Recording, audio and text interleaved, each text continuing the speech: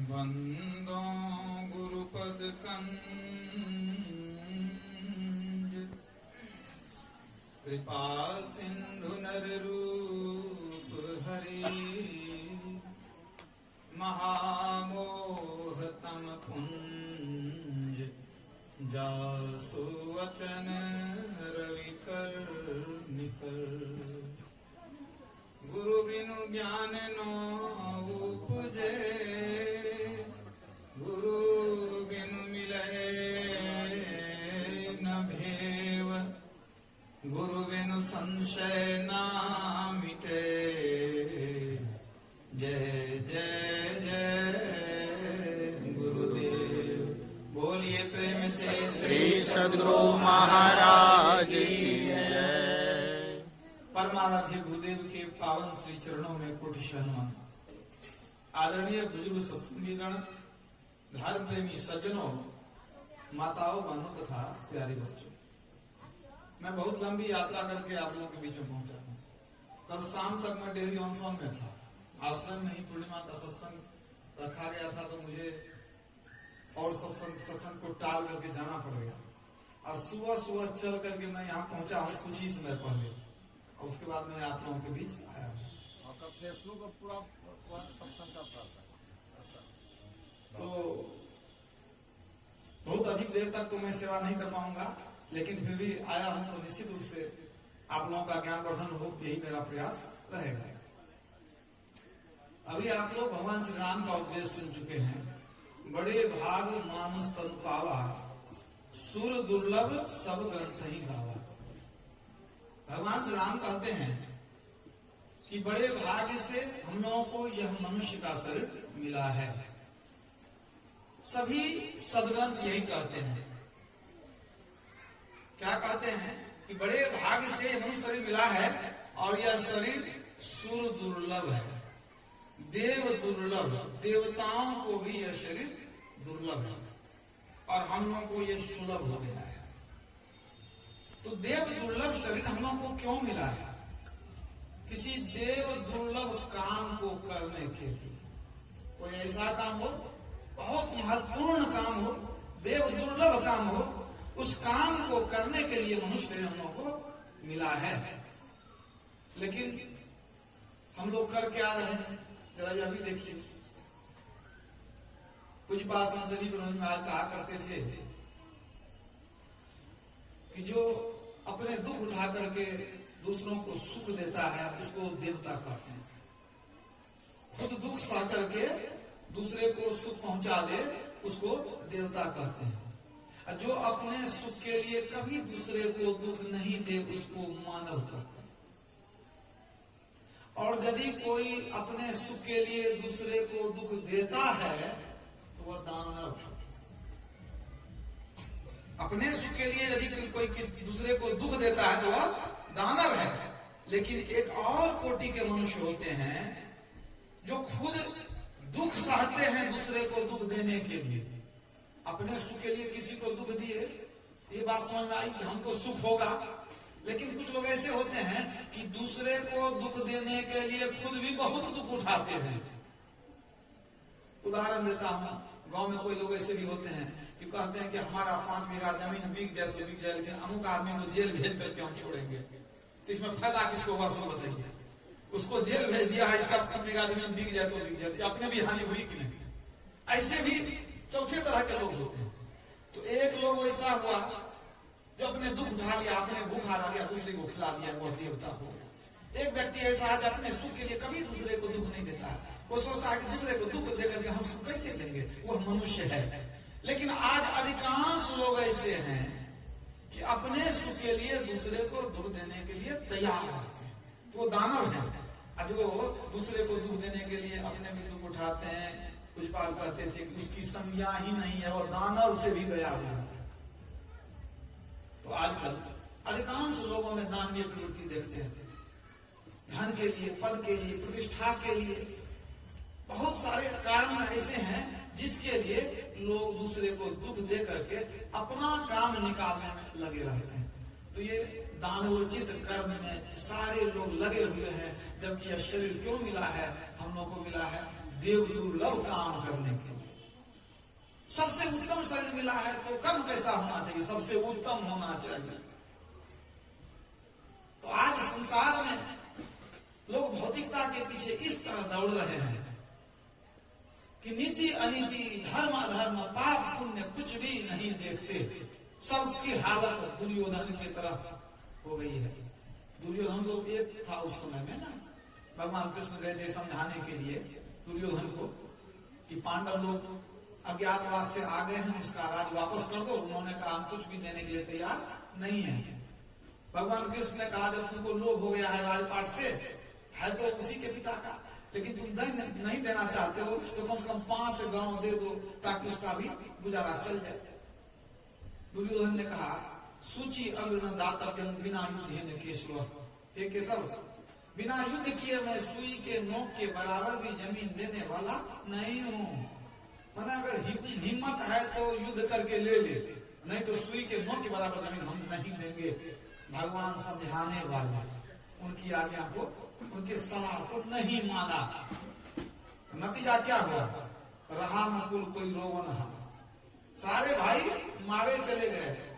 तो भगवान कृष्ण ने बाद में यह भी समझाया कि दुर्योधन कुछ पाप पुण्य को बुझो, कुछ नीति अनीति को भी बुझो, धर्म अधर्म को भी सोचो कि धर्म क्या है, अधर्म क्या है। भाई का हिस्सा लेना ये धर्म नहीं है, अधर्म है। तुम तो ज्ञानवान हो, अच्छे कुल के हो, तुमको ये समझना चाहिए। ये उपदेश वाक्य उनको अच्छा नहीं लगा, मूर्खों को उपदेश अच्छा नहीं लगता। तो दुर्योधन को बिल्कुल ये बात पसंद नहीं आई। वो कहता है जानामि धर्मम नच में प्रवृत्ति, जानामि अधर्मम नच में निवृत्ति ही, केनापि देवान हृदय स्थितेन यथा नियुक्तोस्मि तथा करोमि। हे केशव, आप हमको धर्म अधर्म समझाते हैं। क्या मैं मूर्ख हूँ? क्या मैं धर्म अधर्म नहीं समझता हूँ? मैं धर्म भी जानता हूँ, अधर्म भी समझता हूँ, लेकिन धर्म में मेरी रुचि नहीं है, अधर्म से हमको गिरफ्ती नहीं है। मतलब क्या था कि धर्म में हमको मन रुचि नहीं है, मन नहीं लगता है, मैं नहीं करना चाहता हूँ, अधर्म में हमारी रुचि है। कहने का यही मतलब था। फिर वो कहता है कि मेरे अंदर कोई देवता बैठा हुआ है, वो जैसा कहता है मैं वैसा ही करता हूँ। सोचने की बात है, जो दिन रात अनर्गल कुकर्म में लगा हुआ है, उसके अंदर में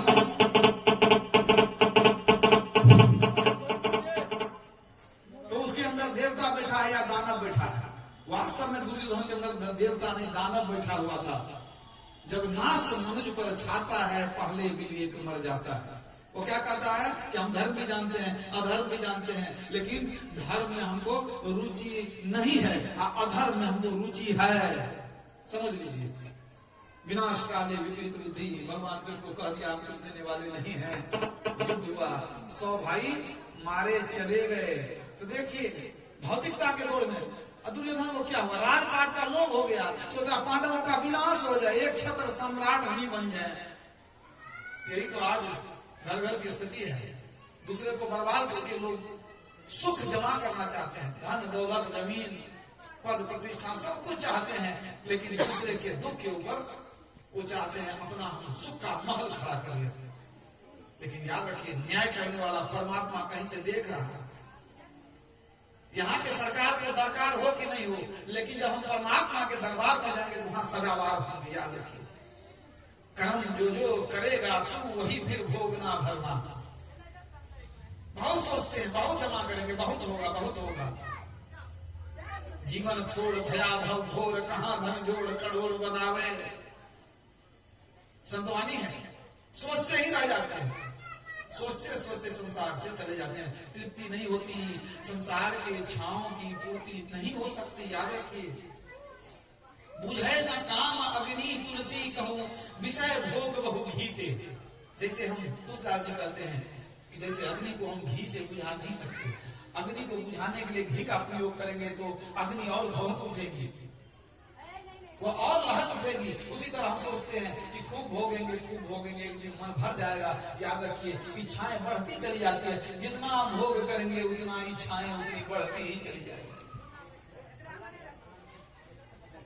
जितना कमाएंगे उतना लोभ बढ़ता ही चला जाएगा। एक प्राचीन काल की सत्य घटना सुनाता था। एशिया माइनर जो आजकल का तुर्की का स्थान है, वहां एक प्राचीन काल में देश था, नाम था लीडिया। उसकी राजधानी थी सर्डिया। उस लीडिया देश के बादशाह थे कारू बादशाह। उस देश के राजा थे। बड़ा ही समृद्ध वो राज्य था। वहां सोने की बहुत सारी खदानें थी, बहुत सोना निकलता था। सारे सोना को निकाल करके बहुत अमीर हो गया। सभी राजाओं में लगभग 2500 वर्ष पूर्व की घटना है। बहुत समृद्ध राजा हो गया वो। इतना ही नहीं, वहां जो नदियां बहती थी कि नदियों के जल में सोने का कण रहता था। ये आजकल भी होता है, ये बिल्कुल नई बात, विचित्र बात नहीं है। किसी किसी नदियों में सोने का कण बहता है, पानी को छान करके कुछ लोग निकालते हैं। तो उस जमाने में जो लीडिया में नदियां बहती थी, उसके जल में स्वर्ण कण रहता था। उसको भी छान करके वो जो है, जब खादान से सब निकाल लिया तो उसके बाद जो है उसको छान करके सोना जमा करता था वो। इतना ही नहीं, जैसे जैसे धन बढ़ता जाता है तो लोगों को अहंकार भी हो जाता है। खास करके वो जो राजा था वहां का कारू बादशाह, बड़ा अहंकार, सोचता था कि लोग हमारी बड़ाई करते रहे, खूब जय जयकार होता रहे, लोग हमको बहुत बड़ा आदमी समझे, बहुत सुखी समझे हमको। और धन की ऐसी तृष्णा हुई कि वह दिन रात सोचा करता था कि धन कैसे बढ़े, कैसे बढ़े। अंत में उसने पूरे राज्य में ढिंडोरा पिटवा दिया कि जिसके पास जो कुछ धन है सब धन ला करके यहाँ जमा किया जाए, नहीं तो उसको कड़ी सजा दी जाएगी। जिसके घर में जो कुछ भी धन है, सोना चांदी रुपया, सब ला करके जमा किया जाए। डर के मारे सब अपने अपने घर से जिनको जो जो था, जो संपत्ति थी, सब ला करके दे दिया। गरीब को चूस करके वो धन जमा करता था। बहुत धन आया, लोगों के घर से निकल निकल कर आया। इतने पर भी मन भरा नहीं, तो कुछ दिन के बाद वह पूरा ढिंडोरा पिटवा दिया पूरे राज्य में कि जिस व्यक्ति के पास 1 रुपया भी घर में जमा हो, वो ला करके राजकोष में जमा करे, और नहीं तो पता चलने पर पूरे परिवार को सूली पर लटका दिया जाएगा। पूरे परिवार को, जो कहीं छुपा कर 1 रुपया रखा था, सब ला करके दिया। बड़ा खुश हुआ कि अब कहीं किसी पास कुछ नहीं है, जो है सब मेरे ही पास। पहले तो सब धन निकलवाया, 1 रुपया बाकी था वो भी निकलवा लिया। लेकिन इतना होने पर भी कहते हैं जिन्हीं प्रति लाभ लोभ अधिकारी, लोभ तो बढ़ते चले जाता है। जब 10 20 50 भय 100 हो या 1000 तो लाख होंगी, कोटि अरब खरब असंख्य धरापति होने की चाह जलेगी।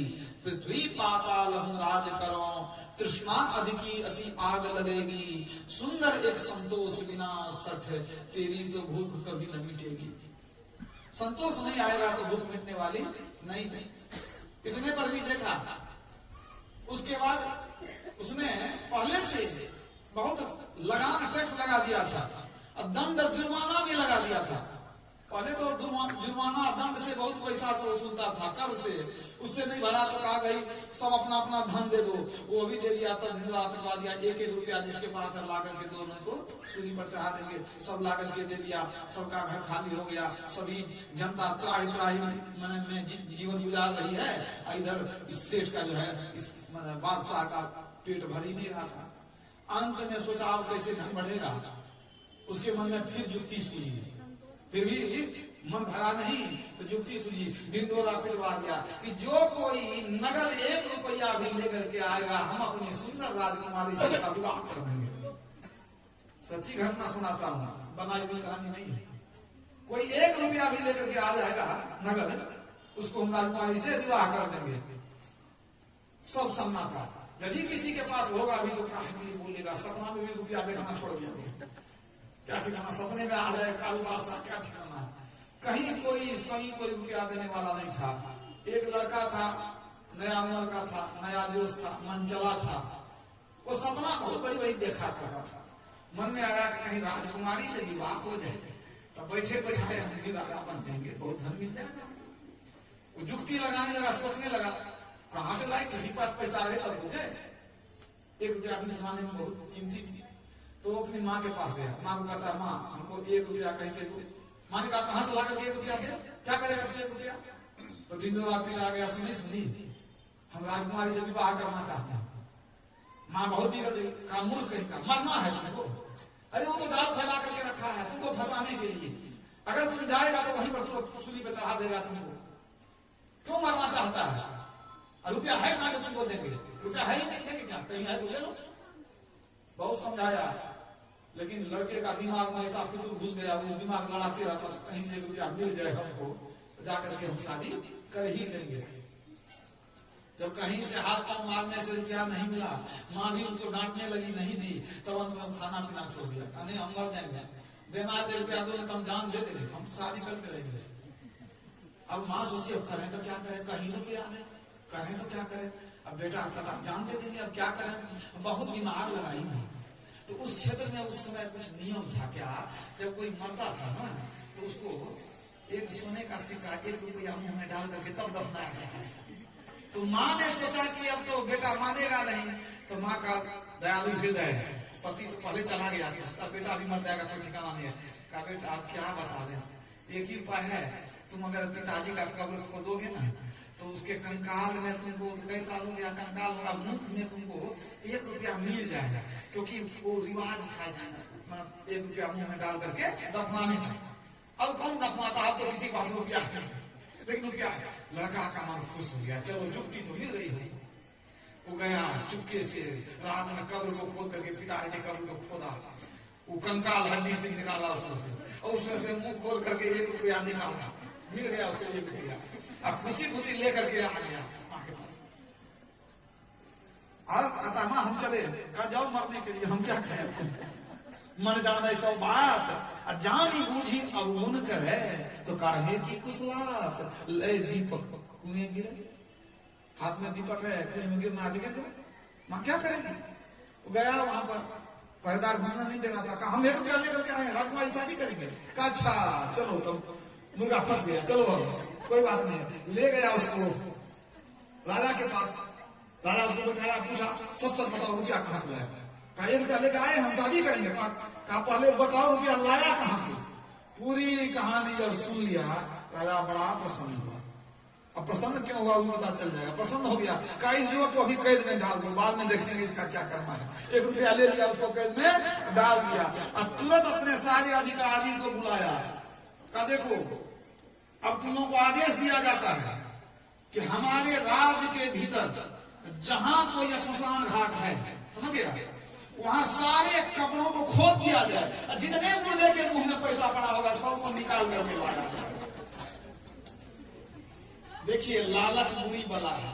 पूरे राज्य में जहां तहां श्मशान घाट को, कब्रगाह को खोद करके लाश निकालना शुरू किया। असल का हड्डी का मुंह खोल करके देखे किसमें 1 रुपया है कि नहीं, और जितना मिला निकाल करके जमा किया। बहुत धन निकला, बहुत मुद्रा निकली। उसके पास इतना सोना था। एक और ज्ञान की बात समझ लीजिए, माना सिक्का को जो ढाला जाता है, वो पहला राजा था, बादशाह था, जिसने सिक्का को ढाल करके सिक्का का चलन शुरू किया, सोने का सिक्का बनाया हुआ पहले। उसके पहले सिक्का कैसे बनता था, तो बस धातु को ठोक पीट करके आकार देके बना लेता था। वही काल बादशाह था जिसने सोने की जो कभी थी नहीं, वही सिक्का ढालना शुरू किया था। सोने का इतना भूखा था, और हर जगह से वही श्मशान घाट से खोज करके एक एक सिक्का बटोर करके लाया। बहुत पैसा आया, लेकिन फिर भी संतोष नहीं हुआ। कुछ दिन में बीमार पड़ा, और उसी धन के हाय हाय में वह शरीर छोड़ करके संसार से चला गया। असंतुष्ट होकर के हाय हाय करके संसार से चला गया। गए लेकर न कुछ भी वो जो दुनिया के माली थे।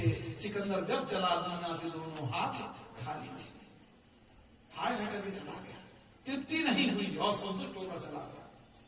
तृप्त नहीं कभी हो सकता, इच्छाओं का दास सागर नदियां पी गई फिर भी बुझी न प्यास। कबीर साहब कहते हैं, कबीर औंधी खोपड़ी कबहू धाते नाहि, 3 लोक की संपदा कब आवे घर मान। आज घर घर की यही कहानी है। दिन रात लोग धन जमा करने में लगे हुए, येन केन प्रकारेण धन जमा करने में लगे हैं, और खर्च करने में तो बड़ी कठिनाई है। मतलब खास करके दान करना हो, पुण्य का काम हो, तो वहां नहीं निकलता है। फैशन पर कितना पैसा बर्बाद हो जाता है। कोई फंक्शन करना हो, शादी ब्याह तिलक करना हो तो कितना अनाज बर्बाद होता है, ठिकाना नहीं है। लेकिन बगल में कोई गरीब है तो उसको बुलाकर कोई खिलाने वाला नहीं है, दान करने वाला नहीं है। ब्रह्मा जी के पास देवता, दानव और मानव तीनों गए थे। हे प्रभु, हम लोग आपके पास आए हैं कुछ ज्ञान लेने के लिए। ब्रह्मा जी ने कहा मैं बहुत व्यस्त हूं, मैं बहुत छोटा उपदेश दूंगा। कहा ठीक है, जैसा उपदेश दीजिए। कहा आप तीनों के लिए एक ही उपदेश है, दो अक्षर कर दिया। कहा यही उपदेश है, कुछ समझे? देवता जो थे उन्होंने कहा हम समझ गए, हम जाते हैं। कहा क्या समझेगा बता दीजिए। देवता ने कहा कि आपने हमको 2 अक्षर का उपदेश दिया, इसका मतलब क्या हुआ? 2 से दमन। देवता कहते हैं कि देवताओं का स्वभाव है इंद्रियों के भोगों में डूबे रहना। इंद्रिय सुर न ज्ञान सुहाई, विषय भोग पर प्रीत सदाई। आवत देख ही विषय बयारी, ते हठ दे ही कपाट उघारी। तुलसीदास जी ने देवताओं का वर्णन किया है कि देवता लोग हमेशा प्रस्तुत रहते हैं, तैयार रहते हैं विषय को भोगने के लिए। वो हमेशा इंद्रियों के भोग में डूबे रहते हैं, ज्ञान अच्छा नहीं लगता है। तो देवताओं ने कहा कि आपने, ब्रह्मा जी को कहा कि आपने उपदेश दिया 2 मन इंद्रियों का दमन करो, दम की साधना करो। ब्रह्मा जी ने कहा एकदम ठीक समझे आपने, जाइए हो गया। उसके बाद दानव कहता है कि प्रभु हम भी जाएं। कहा तू समझा के लिए पहले बता तो दे। कहा हम समझ गए। कहा क्या समझा? हम तो 2 कहे तो तू क्या समझा? कहा देखिए सब जानती है, दुनिया जानती है, सब जानते हैं कि हम लोग दानव हैं ना, हम लोग के दिल में दया नहीं होती है, हम लोग निर्दयी होते हैं, मार काट हिंसा करते रहते हैं। आपने कहा दया करो, आपने 2 करके दया करने का उपदेश दिया है। ब्रह्मा जी ने कहा बिल्कुल सही समझा, अब तू भी जा सकता है। वो भी चल गया। अब देखिए इसके बाद मानव उठा, उसने कहा कि प्रभु हम भी समझ गए। कहा क्या समझा तुम? 2 से क्या समझा तुम? उसने कहा कि हम मानव येन केन प्रकारेण दिन रात धन जमा करने में लगे रहते हैं, कभी शुभ कार्य में खर्च नहीं करते हैं। आपने कहा दो कुछ दिया करो, दान भी दो, 2 से दान दिया करो, यही उपदेश आपने दिया। कहा बिल्कुल ठीक समझा, अगर तीनों हमारे उपदेश को समझ ले तो तीनों का कल्याण हो जाएगा। मानव भी वहां से चला गया।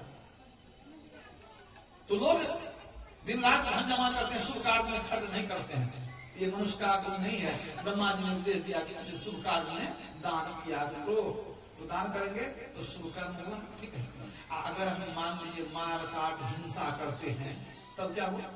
तब क्या बने? दानव बन गए ना। दानव ने कहा ना कि आपने कहा दया करो, क्योंकि हमारा स्वभाव है कि हम लोग हिंसा करते हैं, दूसरे को दुख देते हैं, मार काट करते हैं। तो यदि कोई मनुष्य भी मार काट करने लगे, हिंसा करने लगे, मांस मछली खाने लगे, तो क्या करेंगे उसको? दानव कहेंगे? दानव ने कही दिया कि हमारा ये गुण है, दानव ये गुण है, तो हमको दानव तो बनना है नहीं। परमात्मा ने मनुष्य बनाकर भेजा है, दानव बनने के लिए नहीं भेजा है। लेकिन अगर आप इंद्रियों के भोग में डूबे हुए हैं, मान लीजिए, तो देवता भी इंद्रियों के भोग में डूबे रहते हैं, पशु भी डूबे रहते हैं। तो या तो पशु है या देवता है, लेकिन देवता भी हमको नहीं बनना है, याद रखिए। क्योंकि देव दुर्लभ शरीर दिया है परमात्मा ने। देवता लालायित है कि हमको मनुष्य शरीर मिल जाए। देवताओं को मनुष्य शरीर नहीं मिलता है, हम लोगों को मिल गया है। आखिर क्यों मिला है इसको जाने। आखिर देव दुर्लभ कौन सा हम काम करें? सर्वोत्तम काम कौन सा है? ऐसा कौन सा काम है कि हम ही कर सकते हैं, देवता भी नहीं कर सकते हैं? वो कौन सा काम है? वह काम क्या है? मोक्ष को पाना, आवागमन से छूट जाना। यही काम देवता भी नहीं कर सकते, याद रखिए। इसी शरीर से होगा। गुरु महाराज ने क्या कहा? चहु खाने में दुर्लभ नर को देहो, सो तन धरि के मुक्ति जतन कर ले हो। उस तन को तुमने धारण किया है तो मुक्ति का प्रयत्न करो। केवल नर ही तन से मुक्ति को पावहु, याते यातन दुर्लभ मुक्ति कमावहु। एकमात्र उद्देश्य है मुक्ति कमाना, स्वर्ग जाना उद्देश्य नहीं है। हाथरस के संत तुलसीदास कहते हैं, नर्तन दुर्लभ देव को सब कोई कहत पुकार, सब कोई कहत पुकार, देव दे ही नहीं पावे। ऐसे मूर्ख लोग स्वर्ग की आस लगावे, पुण्य छीन सोई देव स्वर्ग से नरक में आवे, भरमय चारि खानि पुण्य कही ताहि रिझावे, तुलसी सतमत तत्व है स्वर्ग पर करे खखार, नरतन दुर्लभ देव को सब कोई कहत पुकार। तुलसी कहते हैं कि मैंने संत मत के तत्व को धारण किया है, ग्रहण किया है, संत मत को मैंने जान लिया है, मैं स्वर्ग पर थूक फेंकता हूं। स्वर्ग जाना बेकार है, क्योंकि पुण्य छीन सोई देव स्वर्ग से नरक में आवे। स्वर्ग चले गए, वहां से फिर नरक में आना पड़ता है, यही तो आवागमन का चक्र है। शरीर में आना कितना दुखदाई है, तो जन्म लेंगे तो शरीर में आएंगे ना, और शरीर में आएंगे तो फिर मरना भी तो पड़ेगा। संसार में सबसे बड़ा दुख है मृत्यु का दुख, और जब जब शरीर में आए हैं तब तक हम लोगों को मरना पड़ा है। सहजो मृत्यु के समय पीड़ा होए अपार, बिच्छू 10,000 जो डंक लगे एक सार। 10,000 बिच्छू का डंक एक बार लगने में जैसा कष्ट होता है, मरने में जीव को उतना ही कष्ट होता है। इसलिए कोई मरने लगता है, देखिए कितना हताश निराश लोग रोने लग जाते हैं। इतना कष्ट हम लोग बार बार झेल रहे हैं। इसलिए भगवान ने साफ सुथरा बात कह दिया, आवागमन सम दुख दूजा है नहीं जन्म में कोई। संसार में सबसे बड़ा दुख है जन्म लेना और मर जाना। इसके निवारण के लिए प्रभु भक्ति करनी चाहिए, इसके निवारण के लिए प्रभु भक्ति करनी चाहिए, जिससे कि आवागमन छूट जाए, जन्म मरण का चक्र छूट जाए, मोक्ष की प्राप्ति हो जाए। लेकिन ऐसी बात नहीं है कि मरने पर अपने मुक्ति मिल जाएगी, आपको सो बात नहीं है। कैसे मुक्ति मिलती है? सारे भोग वासना को त्याग देंगे, उसके बाद मुक्ति होगी। किसी भक्त कवि का कथन है कि यदि श्वास बाकी रहे और वासना समाप्त हो जाए, वासना सांसारिक इच्छाएं, श्वास बाकी रहे, वासना बिल्कुल समाप्त हो जाए, इसको मोक्ष कहते हैं, मुक्ति कहते हैं। इसको उलट दीजिए कि वासना बाकी रहे, श्वास समाप्त हो जाए, इच्छा बाकी रह गई लेकिन मृत्यु आ गई, इसी को मौत कहते हैं। श्वास समाप्त है लेकिन वासना बाकी है, ये मौत है, मृत्यु है। और उलट दीजिए, अगर आपकी वासना समाप्त हो गई तब आप जो है श्वास बाकी है तो जीते जी मुक्ति मिल गई, तब मरने के बाद ही मुक्ति होगी। मौत निषेध करता है, भोगेच्छा मात्र को बंधस तत्यागो मोक्ष उच्यते। भोग की इच्छा ही बंधन है, अब भोग की इच्छा का बिल्कुल त्याग कर देना यही मोक्ष है। भोग की इच्छा समाप्त हो जाए यही मोक्ष की स्थिति है, अन्यथा मर जाने पर मुक्ति नहीं होती है। योग शिकोपनिषद कहता है, पिंड पाते न या मुक्ति सा मुक्ति न तो मन्यते, देहे ब्रह्मत्व माया ते जलानां संगमं यथा, अनन्यतां यदा याति तदा मुक्तः स उच्यते। अर्थात मरने पर जो मुक्ति होती है वो मुक्ति नहीं है। जैसे नमक का ढेला समुद्र में मिलकर के एक मेक हो जाता है, उसी तरह जीव जब ब्रह्म में मिलकर के एक मेक हो जाता है, उससे अलग अपना अस्तित्व नहीं रखता है, तब उस अवस्था को मोक्ष कहते हैं। नमक का ढेला जैसे समुद्र में मिल गया तो वो समुद्र हो गया, उसी तरह जीव जब पीप में मिलकर के पीप हो जाएगा, उसी को मोक्ष कहेंगे। यही बात कबीर साहब कहते हैं, क्या कहते हैं? गई पुतली लोन की, लोन माना नमक का, पुतली माने ढेला। गई पुतली लोन की था समुंदर लेन, आप गली पानी भई उलटी कहे वो मैं। नमक का ढेला गया समुद्र को ठाने, कितना गहरा है, लेकिन वो अपने गल करके खुद समुद्र हो गया। अब वो किसको कहेगा कितना गहरा है, खुद समुद्र बन गया। उसी तरह से जीव जब पीप से मिलने जाता है तो उसमें मिल करके उसी में खो जाता है, वह स्वयं ब्रह्म हो जाता है। यही है मोक्ष की अवस्था। तो भगवान राम ने भी तो इशारा कर दिया, साधन धाम मोक्ष कर द्वारा। ये शरीर मुक्ति पाने के लिए ही मिला है, और मुक्ति पाने की क्रिया क्या है? भक्ति है। कौन सी भक्ति? जिस भक्ति से अंदर के रास्ते पर चलते हैं, जिस भक्ति में अंदर में हमको ज्योति का दर्शन होता है, शब्द सुनाई पड़ता है, वो असली भक्ति है।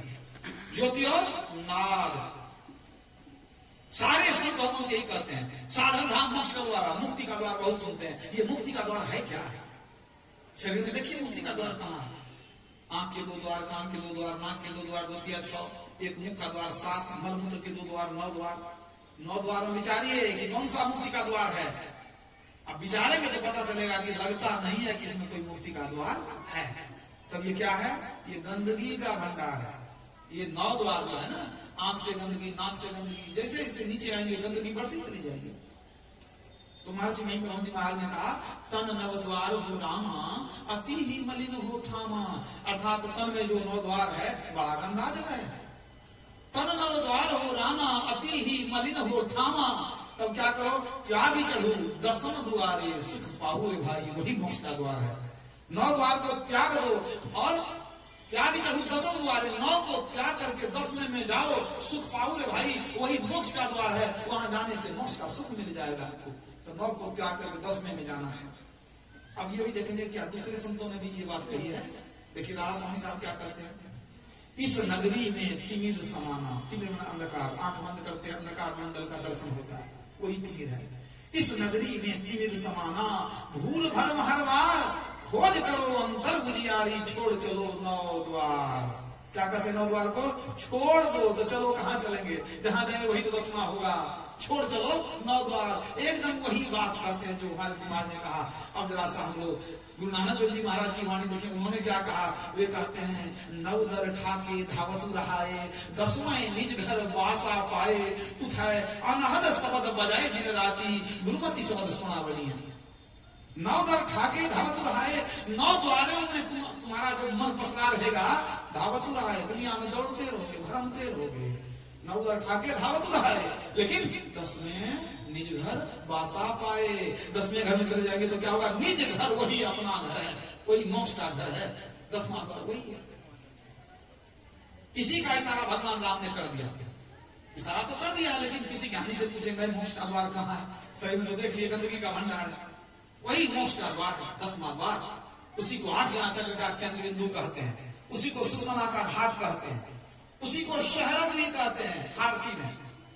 मुर्शिदे कामिल से मिल सिदक और शबूरी से तकी, जो तुझे देगा फहम शहरत के पाने के लिए। संत तुलसीदास कहते हैं, मुर्शिदे कामिल, मुर्शिद में गुरु, कामिल में पक्के पहुंचे हुए गुरु। कामिल मुर्शिद के पास जाओ, सिदक और शबूरी से तकी, सिदक और शबूरी सच्चाई और संतोष धारण करके जाओ। अगर कामिल मुर्शिद पक्के गुरु के पास जाओगे तो दिल में सच्चाई होनी चाहिए और संतोष भी होना चाहिए। ये 2 चीज लेकर के गुरु के पास जाओ, जो तुझे देगा फहम, वो तुमको जुक्ति देंगे शहरत को पाने के लिए। शहरत को मतलब जिसको वेद में सुषमना कहा गया है, सुषमना जो कहा गया यही तो है शहरत, वही है मोक्ष का द्वार, मुक्ति का द्वार। इसी के लिए सारे संतों ने एक स्वर से कहा कि गुरु से ज्ञान लो, अंतर के मार्ग को पकड़ो, मुक्ति का द्वार तेरे अंदर में है। वो बड़ा महीन है, बड़ा महीन है। परमात्मा आपको मिलेंगे कब? उसी अंधकार मंडल में मिलेंगे। कबीर साहब कहते हैं, राह बारीक गुरुदेव के पाइए, बड़ा महीन रास्ता है, गुरुदेव बताएंगे। और जन्म अनेक की अटक खोले, कहे कबीर गुरुदेव पूर्ण मिले, जीव और पीव तब एक तोले। उस रास्ते पर जब चलेंगे तो खोज करो अंतर उजियारी, छोड़ चलो 9 द्वार। 9 द्वार को छोड़ेंगे तो उजियारी मिलेगा कि नहीं मिलेगा? एकदम मिलेगा, उजियारी एकदम मिलेगा। जैसे ही दृष्टियों की साधना में दृष्टि का संसव होगा, एक विरता की प्राप्ति होगी, तब स्थूल से सूक्ष्म में जाएंगे, अंधकार मंडल से प्रकाश मंडल में जाएंगे, आज्ञा चक्र से सहस्त्र कोण में जाएंगे। इसी का वर्णन करते हुए गुरु नानक देव महाराज ने कहा है, अंतर ज्योत भई रूह साखी, चीने राम करम्मा, नानक हूं में मारपति ने तारा चढ़िया लम्मा। मैं तारा के भी ऊपर चला गया, गुरु की कृपा से अंतर में ज्योति हो गई, मैं तारा से भी ऊपर चला गया। और उसके बाद घर ही माही अमृत भरपूर है, मनुखा साधु न पाइया, जो कस्तूरी मिरग न जाने, भ्रमदा भरम भुलाइया। घर ही माही अमृत भरपूर है, वो कौन सा अमृत है? अपने अंदर में अमृत भी है, वो कौन सा अमृत है? हमारे गुरुदेव ने कहा, अमृत धन की नौबत झारत बड़ भागी सुनते, सुनत लखत सुलहत अद्भुति में ही प्रभु मिलते। अंदर में अमृत ध्वनि की नौबत झारत, जो अंदर में शब्द हो रहा है, सार सद ओंकार ध्वनि जो हो रहा है, वही है अमृत। उस अमृत को जो पान कर लिया वह अमर हो गया, मैं ही प्रभु मिलते, वही अमृत है। अंदर में जो शब्द है वह अमृत है। प्रकाश को भी किसी किसी संत ने अमृत की संज्ञा दी है। ये क्या है? ज्योति और नाग दोनों परमात्मा का दोनों हाथ है। जैसे वो बच्चा आता है दौड़ करके आ रहा है, पिता देखते हैं कि वह दौड़ करके आ रहा है हमसे मिलने के लिए, तो एक हाथ बढ़ा देते हैं, एक हाथ से उसको पकड़े, इसका दोनों हाथ से समेट करके गोद में बिठा लेते हैं। कुछ बात संसदी प्रभु महाराज कहते थे ये ज्योति है वो परमात्मा का एक हाथ है, बायां हाथ है जिससे कि वो भक्त को पहले पकड़ते हैं, और दूसरा हाथ शब्द है। जब दोनों हाथ से पकड़ते हैं तो गोद में बिठा लेते हैं, तो फिर क्या होता है? हम प्रभु प्रभु हम एक ही होई, द्वंद और द्वैत रहे नहीं कोई, मैं ही ऐसी आरती की जय, भव महाजन्म बहुरी नहीं ली जय। जीव जीव मिलकर के एक हो गया। मान जो ईश्वर को खोजने के लिए चलता है वह खुद ईश्वर में मिलकर के ईश्वर हो जाता है। जो गया साहब को खोजने वो आप ही गया है राय है जी, पानी में बूंद पड़ा उसी में गया समय है जी, लहर पानी पानी लहर को भेद सके बिगाए है जी, पलटू हरफ और मसीह दो नाही, ये बात ले ठीक ठहराए है जी।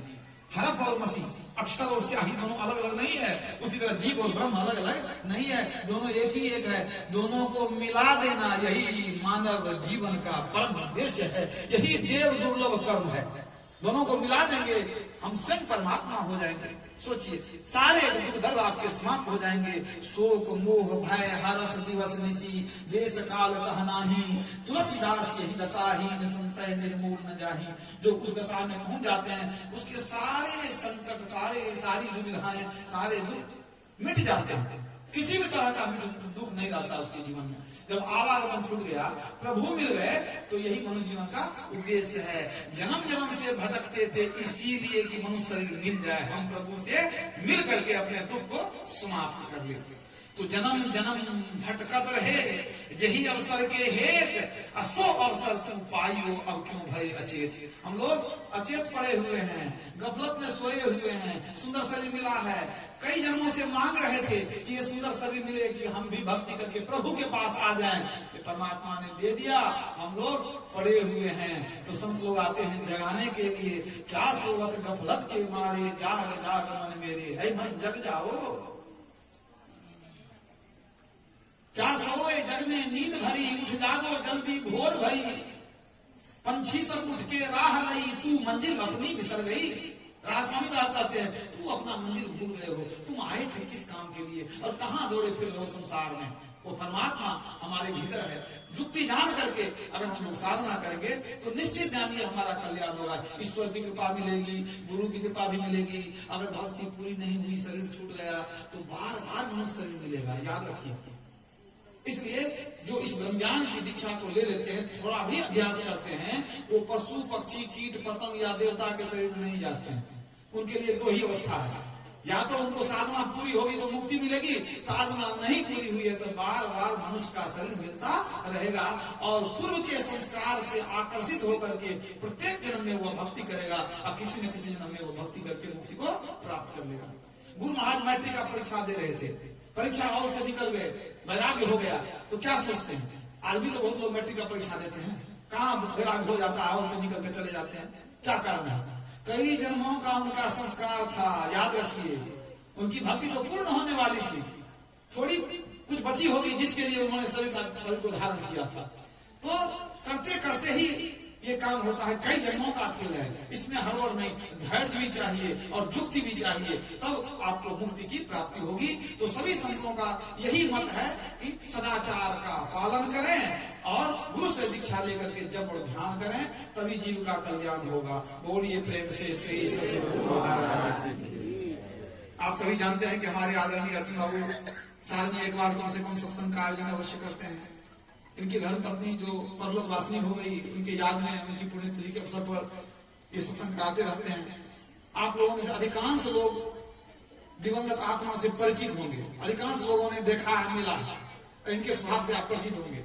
कितना सरल भाव था, कितना विनम्र स्वभाव था और किस तरह से साधु संगति और सत्संग में इनको प्रेम रहता था, सब कोई जानते हैं। तो गुरु महाराज महर्षि नहीं ब्रह्म जी महाराज कहा करते थे कि कोई अगर पुण्यात्मा शरीर छोड़कर चला जाए, जिसने दीक्षा लेकर के थोड़ा ध्यान भजन किया है, तो उनके लिए शोक नहीं मनाना चाहिए, क्योंकि उन्होंने अपना काम कर लिया है। मनुष्य जन्म जिस कारण से मिला उन्होंने सफल कर लिया है, उनके लिए न रोना है न शोक मनाना है, क्योंकि उनको उत्तम लोगों की प्राप्ति स्वयं हो चुकी है।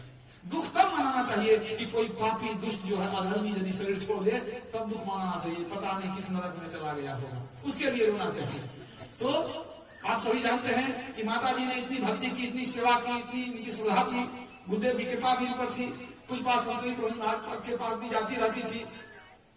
तो मैं ये समझता हूं कि इन्होंने अपने हाथों से अपने सुकर्म को का एक बहुत बड़ा इमारत खड़ा कर लिया है। ये जो गई है तो खाली हाथ नहीं, कबीर सोई धन संचिए जो आगे का हो, माथ चढ़ाए गाठरी जात में देखा कोई, वो धन कौन सा है जो आगे चलेगा।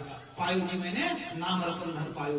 तो इन्होंने सुमिरन भजन किया है, इन्होंने अपना जो है परलोक का धन भी जमा कर लिया था, लेकिन हम लोगों का कर्तव्य है कि हम लोग भी इनके लिए शुभकामना करें। मैं गुरुदेव से, परमात्मा से प्रार्थना करता हूं कि इनको उत्तम स्थान मिले और मोक्ष की प्राप्ति हो। गुरुदेव की ऐसी कृपा इनके ऊपर बरसती रहे। और इनके अपने जाने के बाद जो अपना परिवार छोड़ करके ये माता जी गई हैं, तो इनके पूरे परिवार के लिए मैं शुभकामना करता हूँ। इनके पूरे परिवार में ये संस्कार, सत्संग का संस्कार देखने के लिए मिलता है। बेटी हो, बेटा हो, बहू हो, सबके अंदर सत्संग का संस्कार है, तो ये बड़ा ही शुभ लक्षण है। माता पिता कितने घर में सत्संगी होते हैं, लेकिन बाल बच्चे का रास्ता बिल्कुल उल्टा रहता है, तो ये भी अच्छा नहीं है।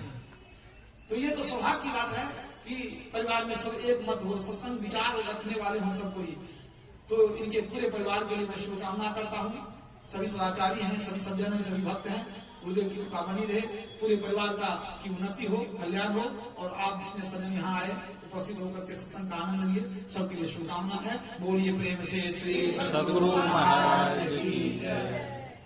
बोलिए प्रेम से श्री सद्गुरु महाराज की जय।